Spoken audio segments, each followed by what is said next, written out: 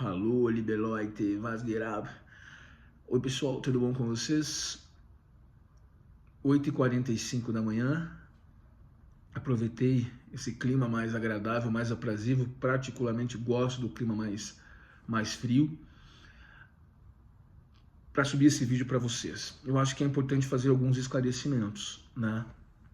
Já tentei, já fiz outras tentativas de dissipar essa obscuridade que tenta nos calar, que tenta deturpar as nossas intenções aqui. Os nossos propósitos não são, de modo algum, uma perseguição criminosa contra os Mormons, né? Nós não estamos arregimentando pessoas, aliciando pessoas para criar uma milícia anti-Mormon, de modo algum. Nossa retórica aqui é analítica e impessoal, né? E é importante que as pessoas saibam disso. Eu acho que esse debate está se tornando acalorado. Não é um debate, não está acontecendo um debate. O que está acontecendo são provocações irresponsáveis de ambos os lados, né? Eu não debato com ninguém porque eu acho que não faz o menor sentido debater a tua fé. Eu não quero convencer ninguém de nada. Tenho noção do fenômeno psicológico que está por trás disso, doutrinação, dissonância cognitiva, a liberdade que o outro tem de querer acreditar no que ele quiser. Se ele quiser cultuar um cacto, um boneco, o problema é dele, né? É a vida da pessoa, isso tem que ser respeitado. E se ela está feliz ali dentro, ótimo para ela. O importante é que a pessoa procure um ambiente onde ela realmente esteja feliz. Mas acontece o seguinte: ocorre que aqueles que não participam daquela fé chamada mormonismo, daquela doutrina, né, chamada mormonismo, que eventualmente sentiram-se prejudicados ou que chegaram à conclusão legítima de que aquele lugar não era para elas, são desrespeitadas, são violadas, têm sua credibilidade enquanto seres humanos e cidadãos colocada em descrédito. Aqueles corredores, meus amigos, falam. Qualquer pessoa que deixe de frequentar, ela é apedrejada, ela é alvejada com críticas de todas as formas, em graus, em intensidades, né?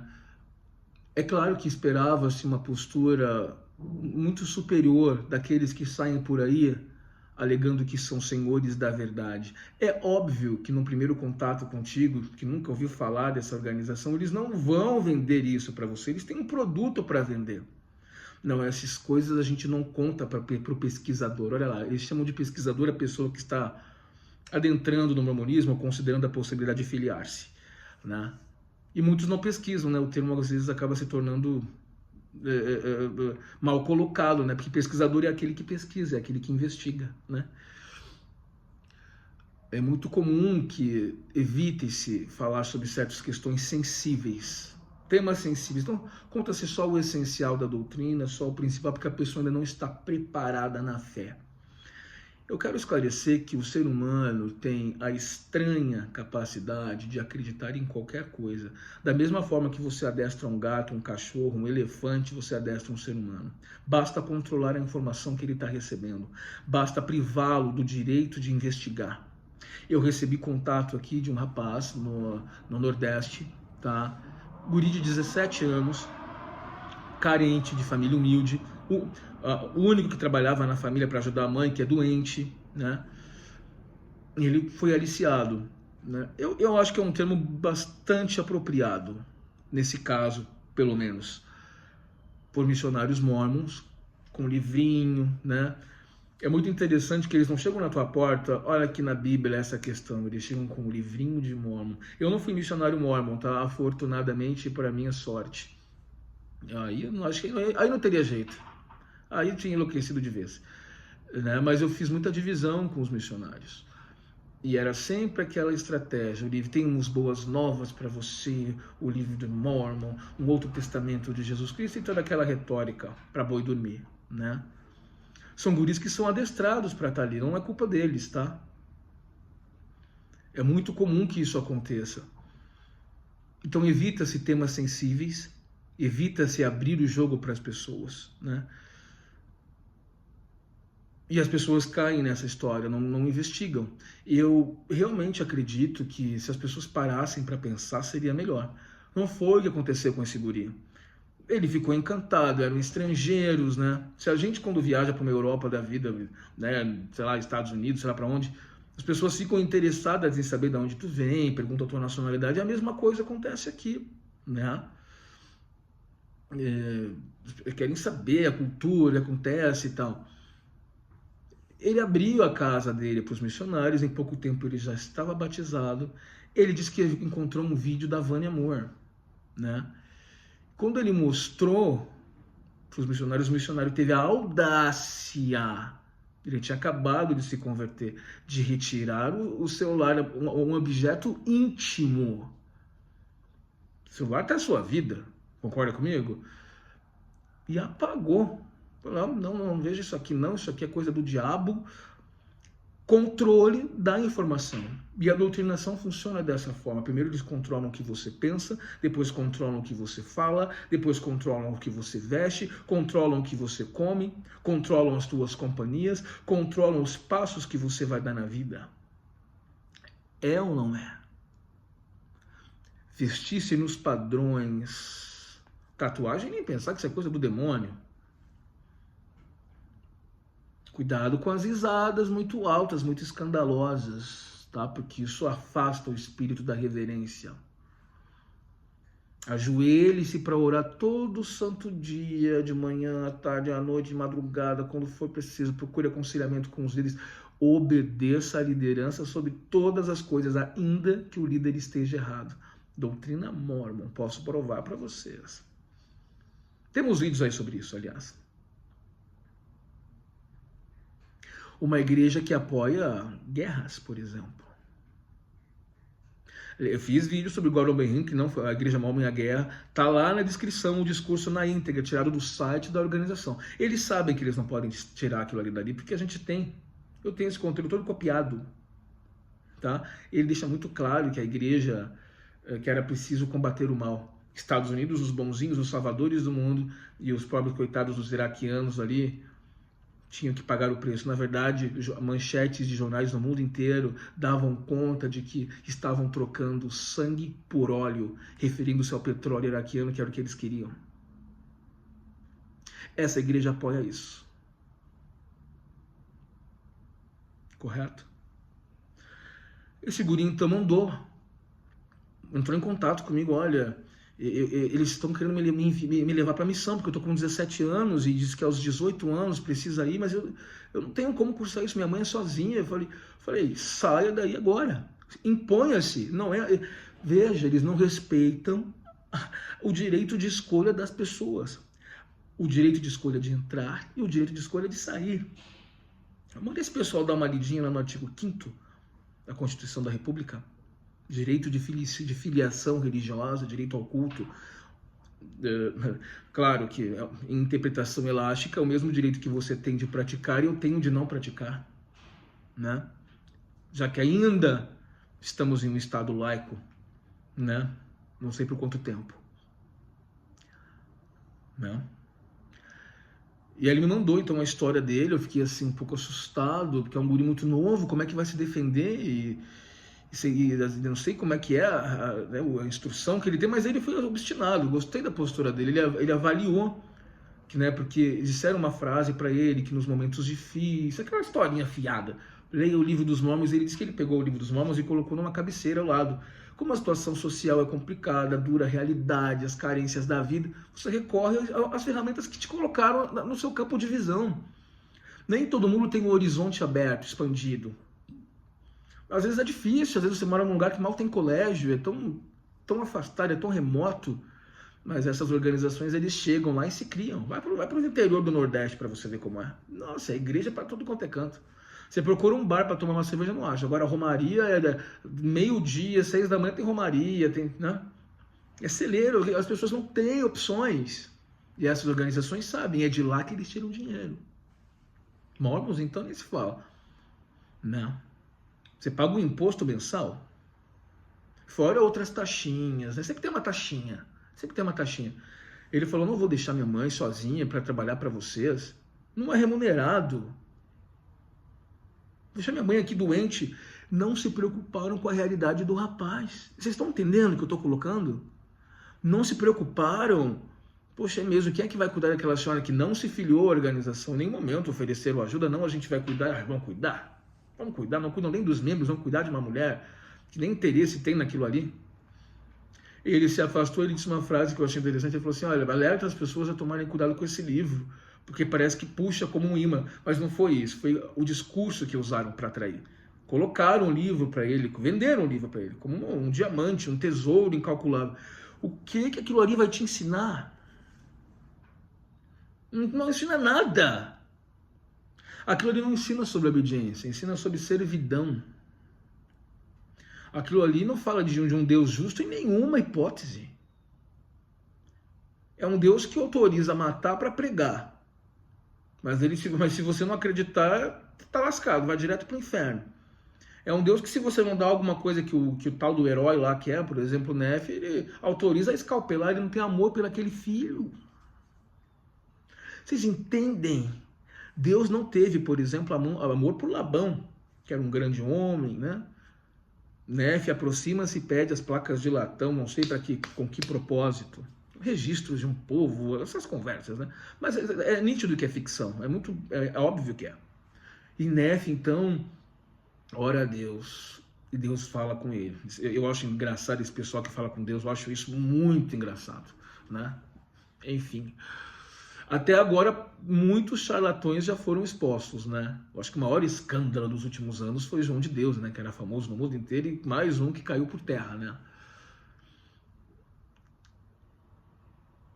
Então, Deus fala assim para Nef, olha, eu vou te entregar nas tuas mãos, confie em mim. E eu, Nef, disse a meu pai, eu irei e cumprirei as ordens do Senhor, etc, etc, etc. Sabemos todas de cor, tá?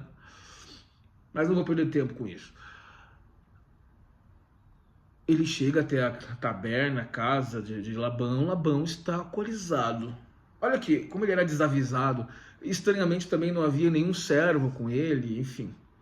Nef, então, decepa a cabeça de Labão e veste as roupas de Labão. Se você decepar a cabeça de alguém, vai jorrar muito sangue. Então ele vestiu, e logo em seguida entra o servo de Labão, cujo nome me esqueci. Aí depois tem toda uma historinha muito louca que eles contam, porque não se sabe, né? Na verdade, ele depois parece que ele se filia ao bando de Nef. Mas enfim, é uma história muito mal contada.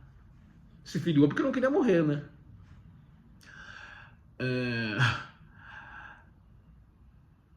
O servo de Labão se aproxima e não reconhece o chefe, não vê sangue, não vê corpo, não vê nada. Estranhamente, a armadura de Labão cai muito bem no corpo de Nef, ou seja, as coisas de Deus são como uma luva, né? Como se encaixam. Desculpa, cara, se você é crédulo a esse ponto, não me resta outra alternativa a não ser respeitá-lo, mas eu, da minha parte, acho, tá? A sua parte, ok, acho inadmissível. Nós temos vídeos sobre as histórias do Livro dos Mormons, procura lá. São muito interessantes e nada, não entretém ninguém, né? Uma outra historinha você consegue até torcer ali, escalpela ele, porque a gente se matando o tempo todo, você fica ali babando para ver sangue, desculpa. Vai lá, Neve, passa a espada nele, decepa ele, né? Guerras, inclusive, olha que interessante, guerras em que milhões de pessoas teriam morrido, guerras nefitas e lamanitas que tinham a pele negra, né, manchada porque não eram bons. E aí tem toda aquela retórica sobre o racismo e tal. Direito da pessoa, né, cara? Mas o que a gente não consegue aceitar é essa arrogância, né, de deslegitimizar a pessoa.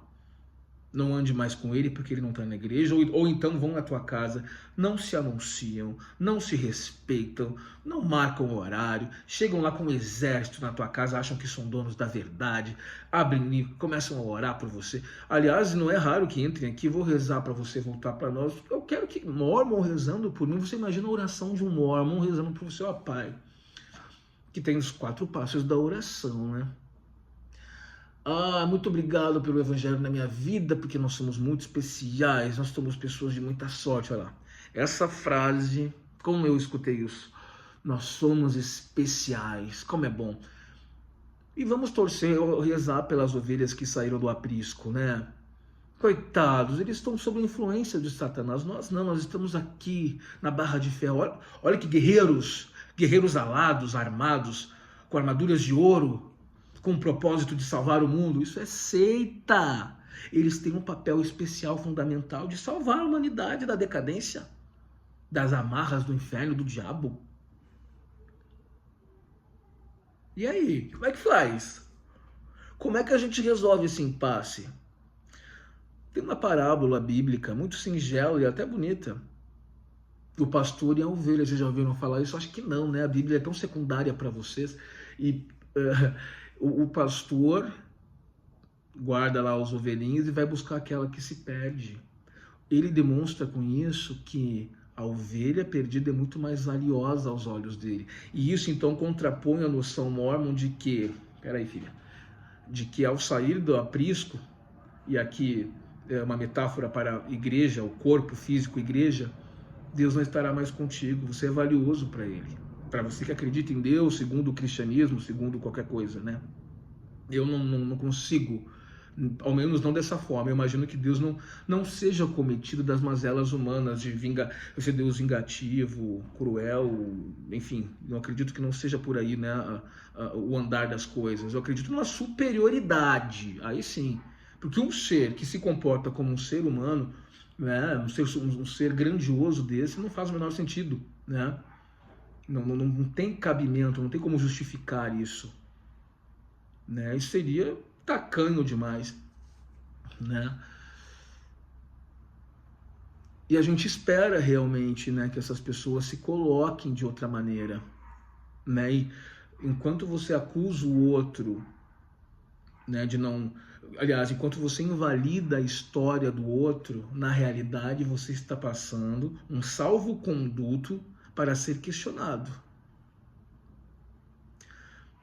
No que você acredita, ok, não está em questão, não está em discussão. O que se discute é essa empáfia, essa prepotência e arrogância de dizer nós somos a verdade, você é decaído. O meu canal é popular, meu canal no YouTube é popular. Que postura invejável. Escarnecem das pessoas que saem de lá. Escarnecem. Invalidam suas histórias, seus discursos. Ah, saiu porque teve um problema com alguém.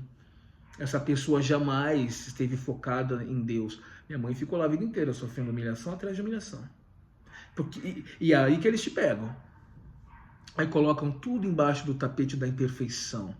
Mas sabe de uma coisa? Eu tenho analisado alguns perfis, né? A gente não sabe o que as pessoas fazem quando elas estão sozinhas.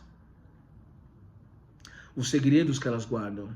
As inclinações que elas têm.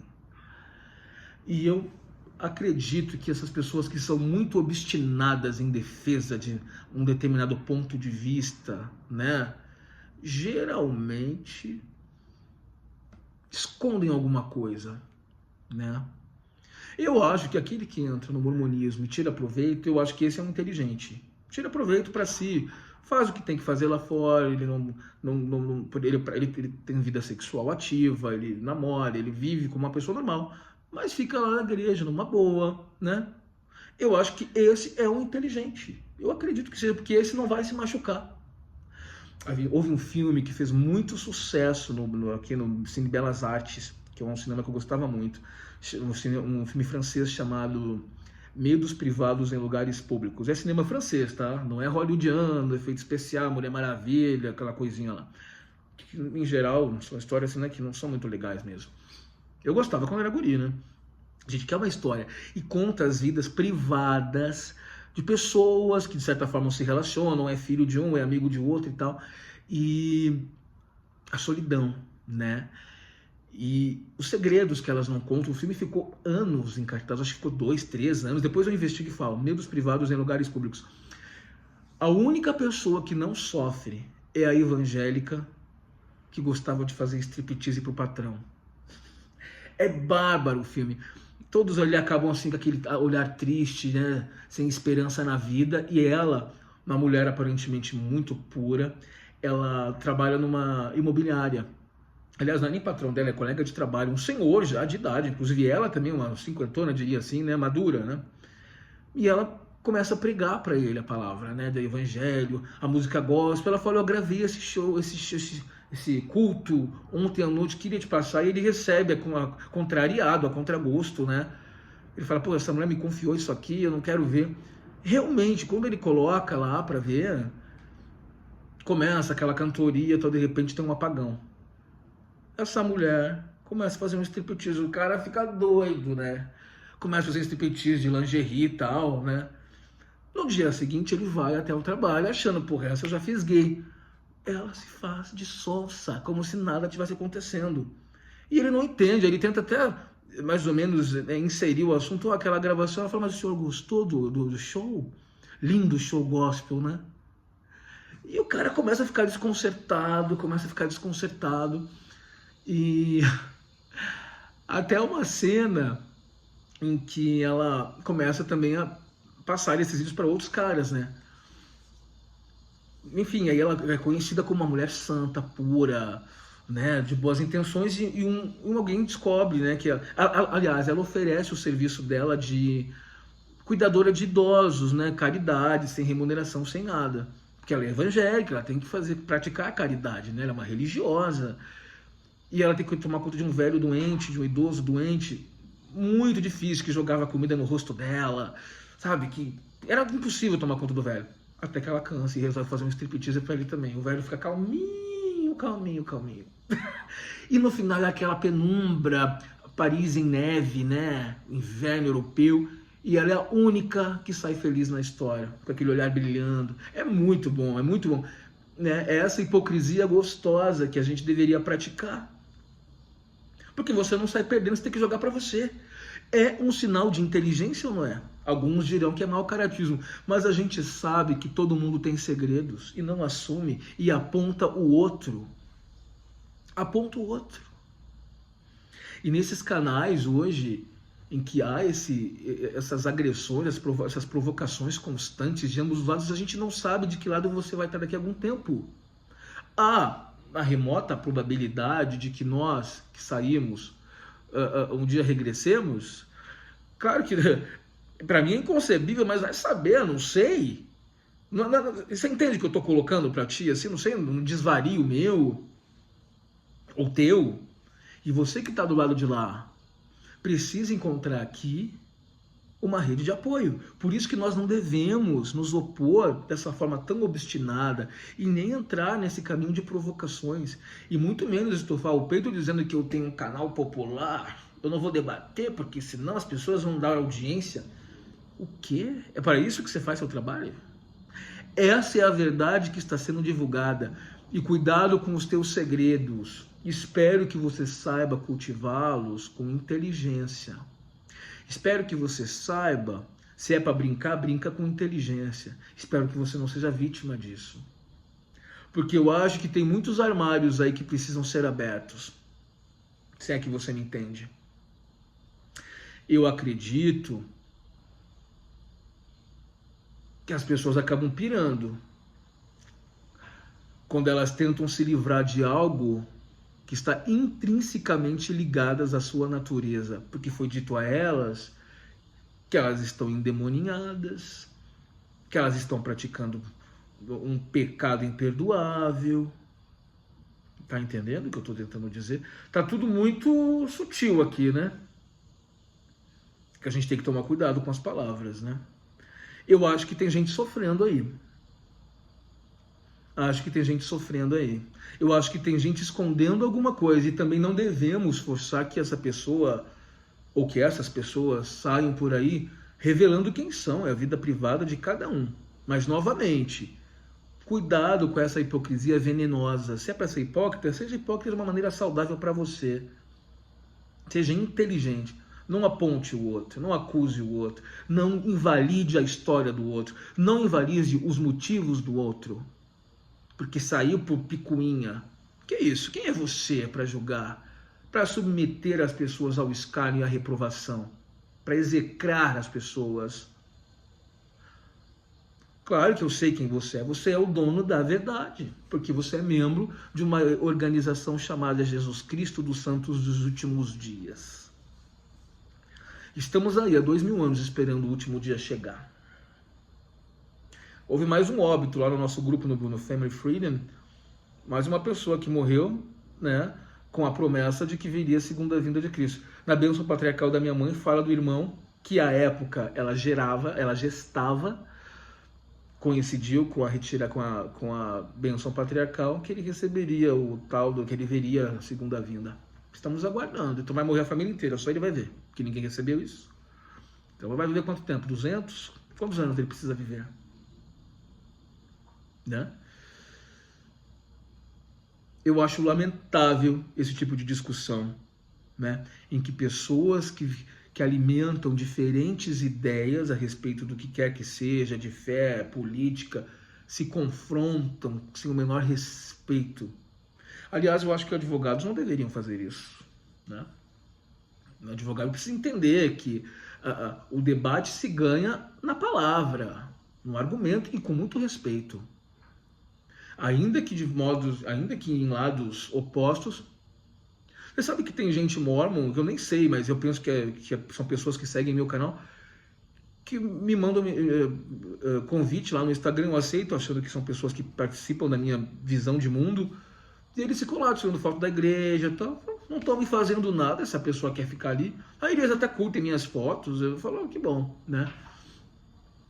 Mas você sabe, assim, falando francamente agora, eu não sei como é que faz, como é que resolve. Porque, por exemplo, vou citar um exemplo assim, você precisa praticar abstenção sexual se você não é casado, né? Mas como é que fica se você é homossexual, né? Como é que fica se você não saiu do armário, né? Se você, entre aspas, né? Claro que vida privada é vida privada, você não precisa divulgar com quem tu sai, é óbvio que não é isso. Mas é essa tentativa também de ocultar, né? É essa tentativa... Por isso que eu acho que tem alguma coisa errada, é quando você tenta se livrar de si próprio. A gente tem que se livrar de coisas que possam lesar o outro. Você tem uma inclinação, por exemplo, e que Deus te livre, né, disso, sei lá, um canibal, né, um pedófilo, que realmente não há muita alternativa para essas pessoas. Tem gente que se suicida por causa disso. O cara tem um desejo por criança. É patológico isso, só que como fere o outro é imperdoável. Fere uma criança, como é que eu vou perdoar você que não resistiu a uma tentação fora do teu controle, né? E aliciou uma criança, e não tem como. Agora, a tua vida, se você pratica, a sua prática sexual, como você vê, havendo concordância de ambas as partes, das partes envolvidas, que não necessariamente são só duas, podem ser três, podem ser quatro, enfim, pode ser só você, né? Pode ser só você. Hoje tem o chamado autossexo, né? E fico me perguntando como é que consegue, né? E aí vão e criam conteúdos e vídeos e pregam e citam. Aí você vê que tem alguma coisa ali que precisa ser liberada, né? Não sei se vocês estão me entendendo. Mas a gente precisa também entender que corre-se o risco de essas pessoas um dia estarem aqui com a gente. E elas fatalmente vão descobrir que elas não eram felizes. Porque quem precisa se ocultar, quem precisa fazer tudo na penumbra, encontros fortuitos pela madrugada em algum parque, ou num banheiro de um shopping, decididamente não é a melhor maneira de você viver sua sexualidade, né? Você não vai conhecer o afeto, existe afeto também. Tem muita gente que não presta, tá? Mas em qualquer tipo de relacionamento, em qualquer configuração. Mas é bom você ser mais livre quanto a algumas coisas e não se penitenciar. Agora, se prefere deixar as coisas como estão, só espero que não pire. Seja essa pessoa quem seja. Tá bom? Vamos nos respeitar, gente, porque o propósito dos canais, eu acredito que nenhum dos canais aqui, dos nossos amigos, seja esse de causar uma provocação. É oferecer ferramenta para que as pessoas se informem e façam as devidas considerações antes de se filiarem à sua organização. Porque, como já disse reiteradas vezes, você não sai sem sofrer danos. Tá bom? Vocês entenderam o que eu quis dizer, gente? Acho que sim, né? Bisdam, nos falamos o mais breve que possível. E antes que vocês imaginem. Tchau, tchau.